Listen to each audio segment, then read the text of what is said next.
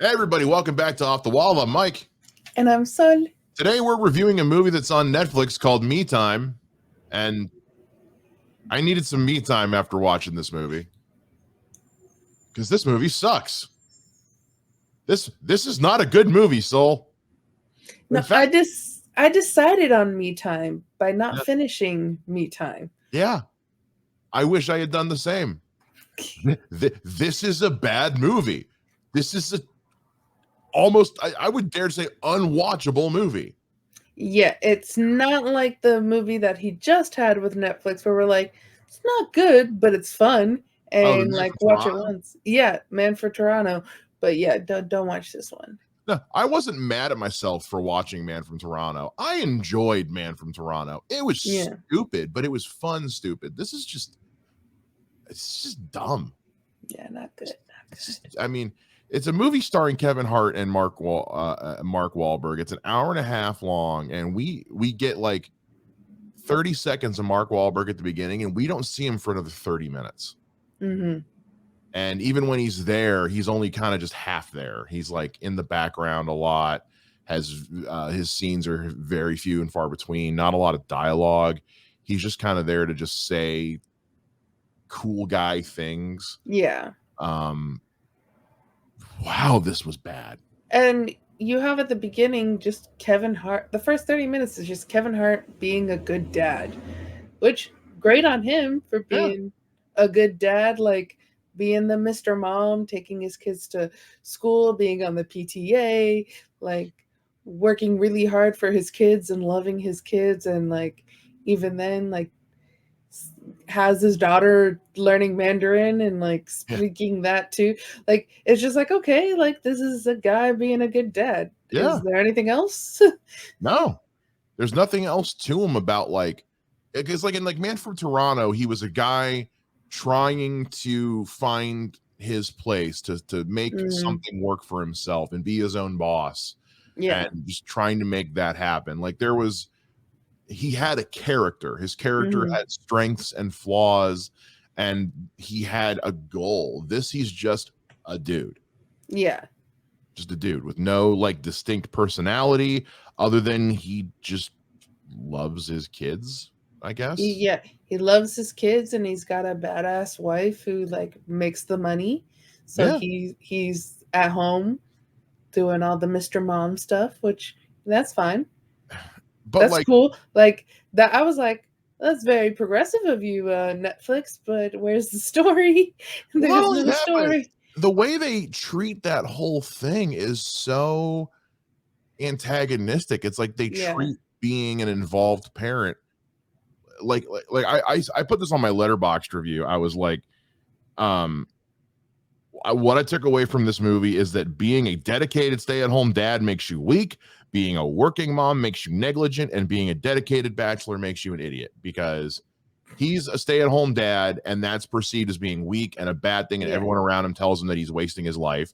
And his wife, who's the breadwinner, is treated like she doesn't know her kids and just hasn't been around as a mom. And Mark Wahlberg, who's chosen the bachelor lifestyle, is a fucking moron. And I'm like, oh, okay, so everyone sucks. Yeah. I will say like when they were around the other parents, like one of the guys like it was definitely like making fun of him, be like, we'll be actual friends when you let the kids go on a vacation with their mother instead of being in the kid's life. But like you had other mothers there going, no, it's perfectly fine. So I didn't watch the whole movie. So if that's like the vibe through the whole movie, then yeah, fuck it. But the what I saw with like the other parents is like you had some of them making fun of him for being a stay-at-home dad, and then some going, "No, it's a good thing that he's a stay-at-home dad." Yeah, it was a weird, but it was so inconsistent with that. And also like, I'm sorry, I didn't laugh once. Like this is seriously, they weren't even going for jokes. They were just going like they were like, oh, it's funny because it's awkward. No, it's Yeah, just awkward. they're like they were showing. I think it was just too real, if that makes any sense. Where like they're just showing normal, real conversations that people have, that parents have with each other, or that husband and wives have with each other that just they aren't funny. They're just Yeah. regular conversations. And granted, I'm not married, I don't have kids, but I didn't find anything anyone had to say to each other like remotely relatable. But then there's like random stuff, like a random lion attack. I'm like, what the hell? Which, by the way, that was some terrible CGI. Like, and this movie had like this movie had like no budget, but like he gets to a point where like when he goes to meet up with Mark Wahlberg, gets into a fight with a mountain lion, and I'm like, I mean, it's some bad CGI, bad green screen stuff. There's a lot of bad green screen in this movie, and it's a bummer too, because you've got Kevin Hart, who's very funny, Mark Wahlberg, who's a great actor and very funny, and the director and writer of this is John Hamburg, who has worked on projects like Meet the Parents, Zoolander, Along Came Polly, I Love You Man. I mean, he's worked on stuff like New Girl. I mean, this is a guy who knows his way around comedy, and I'm just like, were you just out of juice, buddy? Or was this just a paycheck? And then also, not to forget too, Regina Hall, who is so funny, and I can't wait for the Honk for Jesus Save Your Soul movie with her and Sterling K. Brown. Like that is one of my most anticipated movies this year. But she got her big start like in the Scary Movie franchise. You got Jimmy O Yang, who's from Silicon Valley and is a great stand-up comic who's in this. And I'm just like, nobody thought to write a joke. You were like, I got all these comedians. Maybe I should let them write some jokes. This to me felt like a Netflix contract obligation. Like Kevin Hart signed some contract with Netflix to make X amount of movies like Adam Sandler did. And he's just trying to crank them out. Like, this felt like them as quick as possible. Yeah, this felt like a fulfill a contract obligation type thing. And woof. Where with Man from Toronto, both of us say not a good movie, but still a fun movie, and it looked like he had fun on that movie. Where this one, definitely felt like no, this is an obligation. Oh yeah, you're trying to instill Kevin Hart's loud zaniness into what should be a very chill character, and it doesn't fit. It just feels off. Like you could I would have switched him. I would have had like Mark Wahlberg be the helicopter parent, Kevin Hart be the one out there doing all the wild and crazy stuff, because I believe that, because he's got so much energy. When you try to take that high amount of energy and incorporate into basically a blank slate character, it doesn't work. They were trying to make Mark Wahlberg kind of like his character in Daddy's Home. Yeah. And where it worked in Daddy's Home, it did not work for this. They were just trying to have this didn't feel like Mark Wahlberg and Kevin Hart playing characters. It just felt like they just had a camera follow these two guys around. Like, hey, Mark, just be Mark. Kevin, just be Kevin. Right. And my God, there's a lot of poop jokes in this movie. Like right out the gate, we got a turtle for some reason that's just crap all over the floor, and I don't know. I don't know what anybody was. Again, this is one of those situations where, like, I think to myself, this passed over so many desks. Right. And I was just like, they got a pet turtle, and usually when people have pet turtles, they have the tiny turtles. I've never seen someone with a pet turtle that big. It's a big one. Yeah, that was a big turtle. I mean, don't get me wrong, I love turtles, but like, it's just, man, what a misfire. Especially like, I'm looking at the poster right now. I'm glad I didn't finish it. The poster literally says, from the director of I Love You Man and Along Came Polly. And it's like, those are two beloved comedies.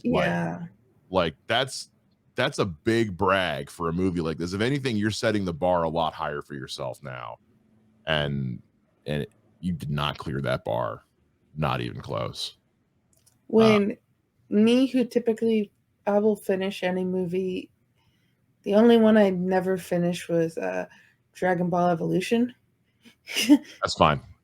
I was like, I don't think I need to finish this. There's so much more that we need to be watching for this channel and that I want to be watching, that I'm like, I don't need to waste my time with any more of this movie. No, yeah. It's also poor Seal. poor Seal got dragged into this. You didn't finish it, so you didn't see it. But like Seal plays himself in this, and I'm just like, oh man, what's the matter? Are the Batman Forever checks not clearing as well anymore? Like, I would assume he's much better in Popstar Never Stop, Never Stopping. It just, yeah, man. I don't like coming on here to trash on things. I really don't. But this one was just like, I almost was like, we shouldn't even review this because it's so bad. But I'm like, no, it's so bad. I feel like it needs to be talked about. Like, this is really bad. And honestly, anybody who was a part of this should be ashamed of themselves. Like, this is fucking terrible. So it's a high not recommendation from both of us. Don't waste your time with it. Mike watched it, so that way we don't have to. Sure. Yeah. Thank you for your service, Mike. Yeah, cool. The check's in the mail, right? Because I feel like I should be part of the people, like I should be included on like payouts for this movie. I should get royalty checks for having to sit through this because like when I was done watching this movie, and I think I told you this, I was like, this is shit. Like, this is why Netflix is struggling with their numbers right now. If this is the crap they're putting out, this is why their numbers are dwindling. Yeah. And usually when there is a new movie, a new Netflix movie, people do watch it. And when it's bad and not fun bad, then like, because like Man from Toronto is gonna get people to watch, and people are gonna have a fun time, and they're gonna be like, it's not a good movie, but it's a fun time, and like it's a movie you can watch again if you really wanted to. Yeah. Like if you were like, I'm gonna clean the house and I'm gonna put Man from Toronto in the background as I'm cleaning. Yeah. Because it's got decent action sequences in it. Because you got Woody Harrelson. Woody Harrelson and Kevin Hart have surprisingly good chemistry. Yeah. And that was I because you can buy them as being kind of against each other in that way, because there are such opposites. I do not for 1 second buy Mark Wahlberg and Kevin Hart as like lifelong best friends. Right. It did not. There was no chemistry whatsoever with the two of them. And the Man from Toronto had jokes, and they were funny jokes. The movie itself was derivative as hell, but it was funny. Yeah. This just wasn't funny. It's just, yeah.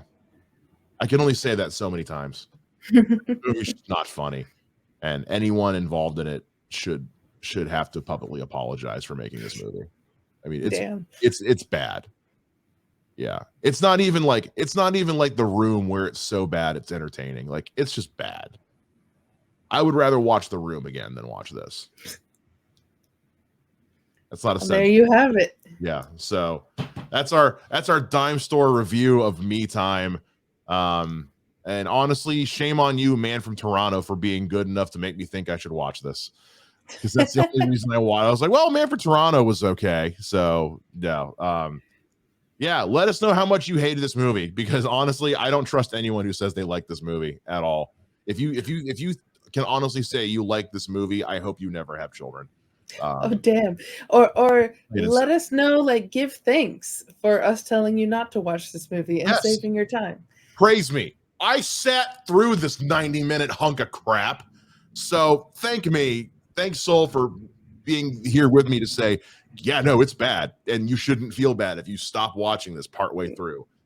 It's pretty terrible. I watched the first 30 minutes of it. It doesn't get any better after that. So that being said, you could at least do us the courtesy, since we watched this hunk of crap, you could do this the courtesy of liking this video and subscribing to our channel. We just crossed 100 subscribers. I cannot put into words how grateful we are to end this video on some positivity. How grateful we are to have crossed that 100 subscriber mark. Our trailer reaction for Bomastra has got like 2,500 views, which is the biggest our channel has seen so far. We are growing slowly but surely, like a turtle that craps on Kevin Hart's floor. We are growing, and thank you guys, and we'll see you guys again next time here on Off the Wall. Bye.